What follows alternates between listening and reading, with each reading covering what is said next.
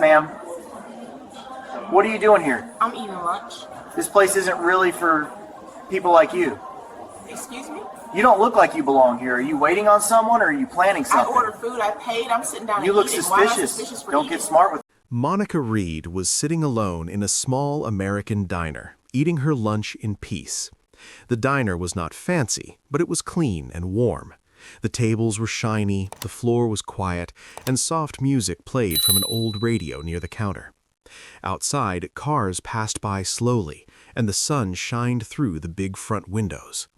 Monica wore simple, casual clothes, a plain short-sleeved shirt, blue jeans, and clean sneakers. Nothing flashy, nothing expensive, just normal clothes for a normal day. She looked relaxed, calm, and comfortable, like someone who knew she belonged wherever she chose to be.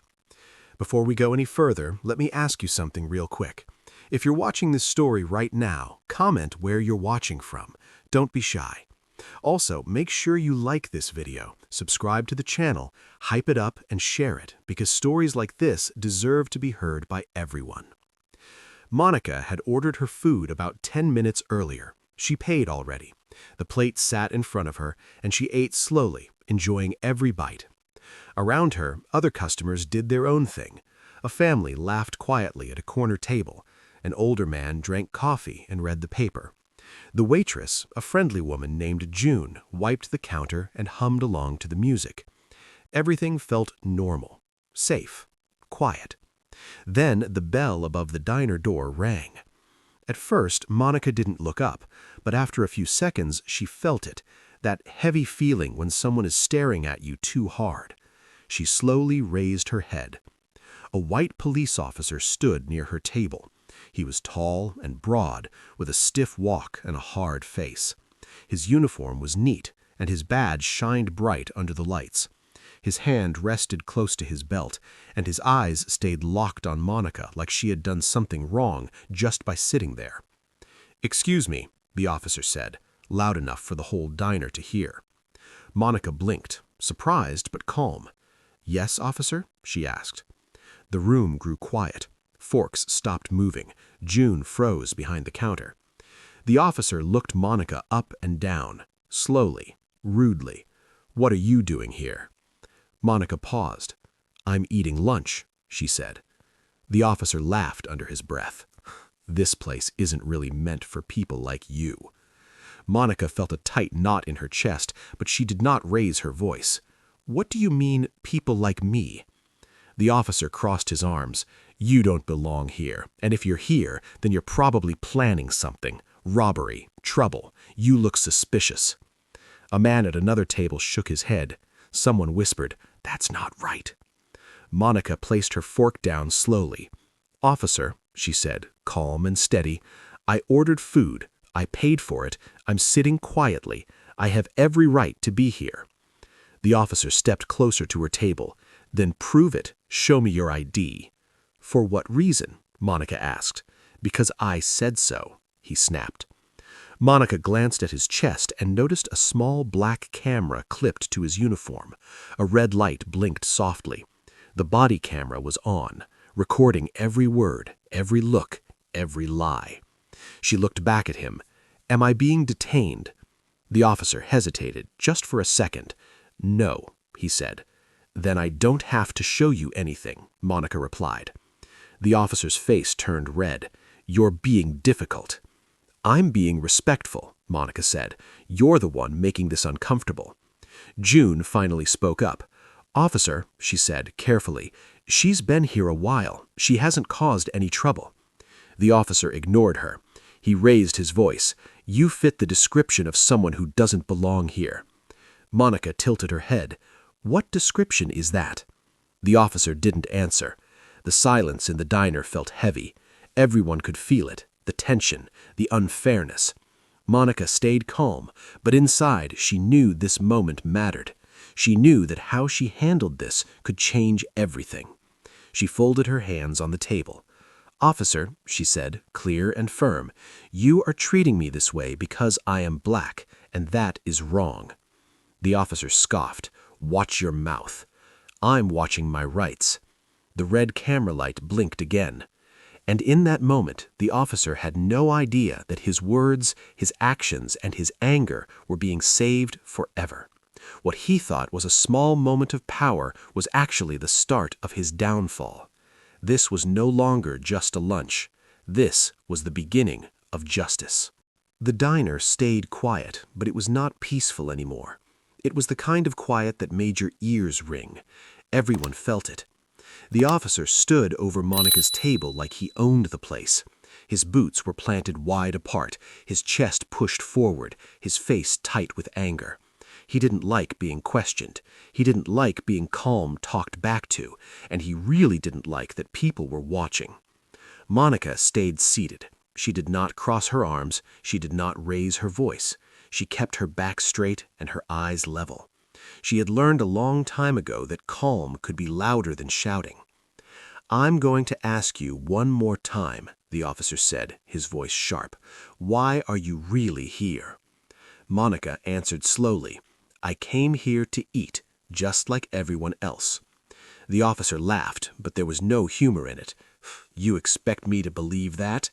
"Yes, because it's the truth." He leaned closer, lowering his voice, but not enough to keep others hearing. "People like you don't just wander into places like this." A woman at another table gasped quietly. The older man with the newspaper folded it and stared straight at the officer. Monica took a breath. "Officer, your words are offensive. You have no reason to be questioning me." The officer straightened up and turned his body slightly, like he was performing for the room. "Ma'am, I'm just doing my job." June couldn't stay silent anymore. "That's not your job," she said, her hands shaking as she held a coffee pot. "She hasn't done anything wrong." The officer snapped his head toward June. "Don't talk to her like that." Monica's eyes hardened just a little. "Don't talk to her like that." The officer looked back at Monica, surprised. "Excuse me?" "You heard me," Monica said. "You don't get to bully people." The officer scoffed. "You're getting real bold." "I'm being honest," Monica replied. He reached toward his radio, then stopped. He looked around again, noticing for the first time how many phones were now out. A teenager near the window held his phone low, but the camera lens pointed straight at them. Another customer pretended to text, but was clearly recording. The officer's jaw tightened. He tapped the body cam on his chest, like he forgot it was even there. The red light kept blinking. "Stand up," he ordered. "For what?" Monica asked. "So I can search you." Monica shook her head slowly. "You do not have permission to search me, and you have no reason." "You're refusing a lawful order," he said. "There is nothing lawful about this," Monica replied. The officer raised his voice. "You are acting suspicious." "Because I'm sitting and eating?" Monica asked. "Or because I'm black?" The word landed hard. The officer's face turned pale, then red. "I never said that," he snapped. "You didn't have to," Monica said. The room buzzed with whispers. Someone muttered, "This is wrong." Another voice said, "He's out of line." The officer clenched his fists. "You think you're smarter than me?" "I think I know my rights," Monica said. He leaned down until his face was close to hers. Too close. "You don't belong here." That was the moment everything changed. Monica reached into her pocket slowly, carefully, just like before. The officer stiffened again. "I'm pulling out my phone," she said. She placed it on the table, screen up. It showed a recording timer. It had been running.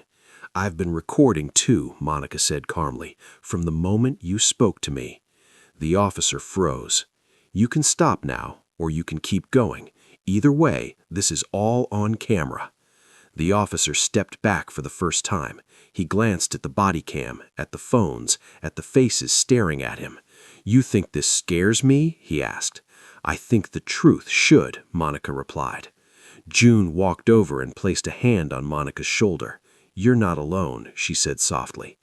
The officer looked around again, realizing he had lost control of the room. What started as him trying to scare one woman had turned into something much bigger. He cleared his throat. "I'm issuing a warning," he said. "For what?" Monica asked. He didn't answer.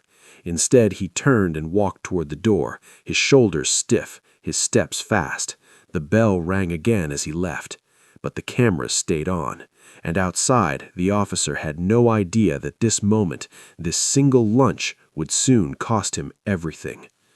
The diner slowly came back to life after the officer left, but nothing felt the same.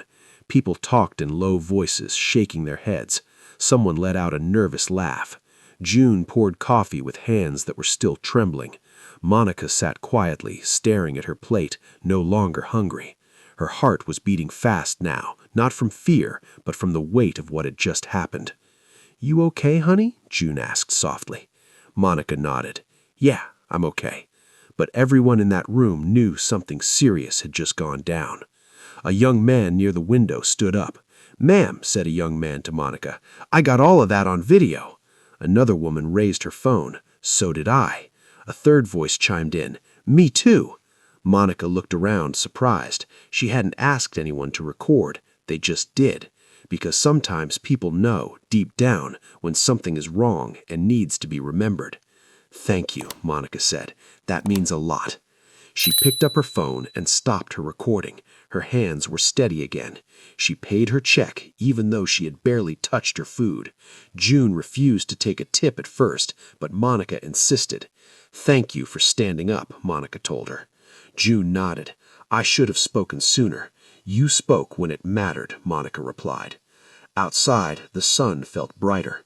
Monica walked to her car, sat inside, and let out a long breath. She stared at the steering wheel for a moment, replaying every word in her head. She knew this wasn't over, not even close. Before we go further, let me ask you watching this right now, what would you have done if you were sitting in that diner? Would you have spoken up? Would you have recorded? Or would you have stayed quiet? Drop your answer in the comments because your voice matters more than you think. Later that evening, Monica sat at her kitchen table with her laptop open. She watched the footage again. The officer's voice, his words, his tone, the way he said, "your kind," the way he accused her for simply existing. It was all there, clear, loud, ugly. She uploaded the video. She didn't add music, she didn't add drama, just a simple title and the truth. Within an hour, the views started climbing. Hundreds turned into thousands. Thousands turned into tens of thousands. Comments poured in faster than Monica to read them. This made my stomach turn. That officer should be fired. This is why body cams matter. She stayed calm. Respect. Someone shared the video on a local page. Then a bigger page picked it up. Then a national one. By morning, the video was everywhere. News stations called, bloggers wrote articles, people slowed down the video, replaying the officer's words again and again. Lawyers watched closely. Civil rights groups took notes. The police department released a short statement that same day. "We are aware of the video circulating online and are reviewing the incident." That was it. But the public wasn't satisfied. Protesters gathered outside the diner by the afternoon. Signs went up. Cameras rolled. The same officer who thought no one would care was now the face of a growing storm. Inside the police station, things were tense. Phones rang non-stop. Supervisors argued behind closed doors. The body cam footage was pulled, reviewed, paused, replayed, and it matched Monica's video perfectly. Word spread fast that the officer had a history, not on paper, but in whispers, complaints that went nowhere, people who didn't want trouble, people who felt small against a badge. This time was different, because this time the whole country was watching. Monica sat at home, her phone buzzing non-stop. Friends checked in, strangers sent messages of support. Some thanked her for staying calm, others said they saw themselves in her. She stared at the screen, feeling tired but strong. She didn't go looking for trouble that day. Trouble came looking for her, and it picked the wrong person. Because what started as a quiet lunch was now a loud call for justice, and it wasn't going to stop until someone paid the price. By the third day, the story was no longer just online gossip. It was national news. Big news vans parked outside the diner. Reporters stood in front of bright lights, holding microphones and speaking fast. They said Monica's name over and over. They said the officer's name too, but with serious faces and careful words. The video played on screens behind them, paused right at the moment when he said, "People like you don't belong here." That sentence changed everything. Inside the police department, the mood was dark. Doors stayed closed, voices stayed low. The officer sat alone in a small room, his arms crossed, his leg bouncing non-stop. For the first time, he was not in control. His boss walked in with 2 other officers and a woman in a suit. The woman carried a folder thick with papers. "Your body cam footage matches the public video," she said plainly, word for word. The officer shrugged. "I was doing my job." "No," the boss replied, "you weren't." They showed him complaints, old ones, people he had stopped for no reason, people who felt disrespected, people who felt afraid. Most of those complaints were ignored back then, not anymore. Outside, people marched. They held signs that said "Justice," "Enough," and "We see you, Monica." Cars drove by and honked in support. The diner owner put a sign in the window that read, "Everyone is welcome here." Monica watched it all from her living room. She didn't smile. She didn't celebrate. She just watched, quietly. Her lawyer sat across from her, calm and focused. "You have a strong case," he said, "very strong." "I didn't want money," Monica replied. "I wanted it to stop." "And this is how it stops," the lawyer said gently. The city moved fast, faster than anyone expected. The officer was placed on unpaid leave first, then 2 days later he was fired. His badge was taken, his gun was taken, his uniform was taken. A short statement was released. "The officer's actions do not reflect our values." People read it and nodded. Some didn't believe it, but they remembered the ending more than the words. Then came the lawsuit. The city tried to settle quietly. Monica said no. She wanted accountability, not silence. Court documents were made public. The body cam video was played in a quiet courtroom where no one could talk over it. The officer sat stiff as the judge watched him accuse a peaceful woman of robbery just because of how she looked. The judge's face did not change. When the ruling came, it was fast and clear. Racial profiling, abuse of power, violation of civil rights. The fine was $700,000. Gasps filled the room.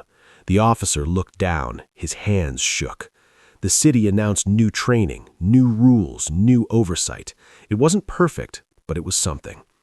Outside the courthouse, reporters rushed toward Monica. "How do you feel?" one asked. Monica paused. She looked straight into the camera. "I feel heard, and I hope this makes it easier for the next person to speak up." That clip spread just as fast as the first video. People called her brave, strong, calm under pressure. Monica just called herself tired. But that night, as she sat alone with the lights low, she finally let out a breath she didn't know she had been holding. The badge had fallen. The lie had been exposed. The truth had won. Not because she yelled, but because she stood still. Because she knew her worth. Because the camera didn't blink. And because justice, this time, came fast. The days after the court ruling felt different, not just for Monica, but for the whole town. People walked a little slower. They looked at each other a little longer. Some smiled more. Some looked ashamed. The diner stayed busy, busier than ever. Folks came from nearby towns just to sit where Monica once sat, like the place itself had become a symbol of something bigger. Monica went back to her normal life, but normal didn't feel the same anymore. She still went to work. She still bought groceries. She still stopped for coffee. But now strangers recognized her. Some nodded quietly.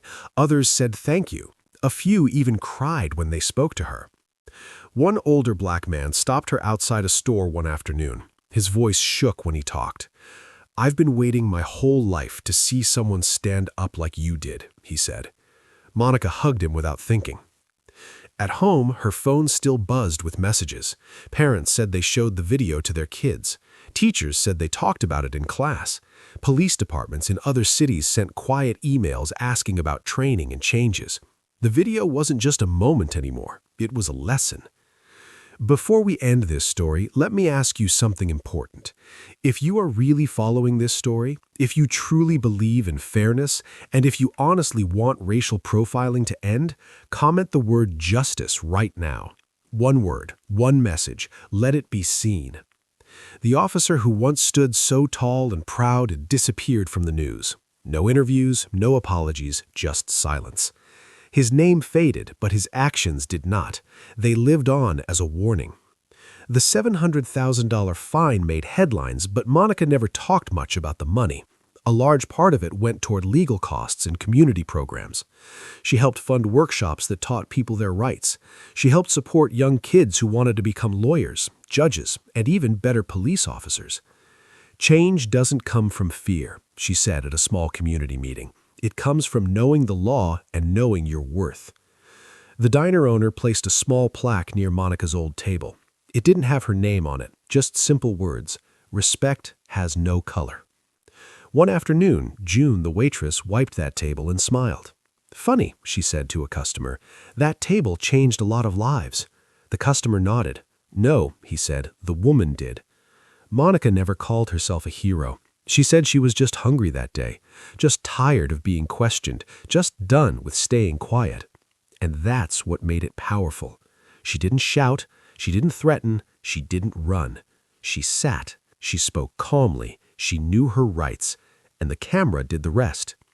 Some nights, Monica still thought about that moment, the way the room went silent, the way the officer's voice sounded so sure of itself.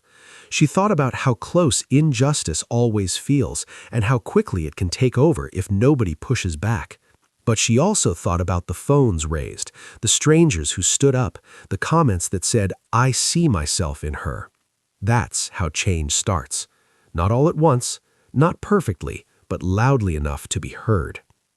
So if you're still here, still listening, still believing, don't forget to comment justice.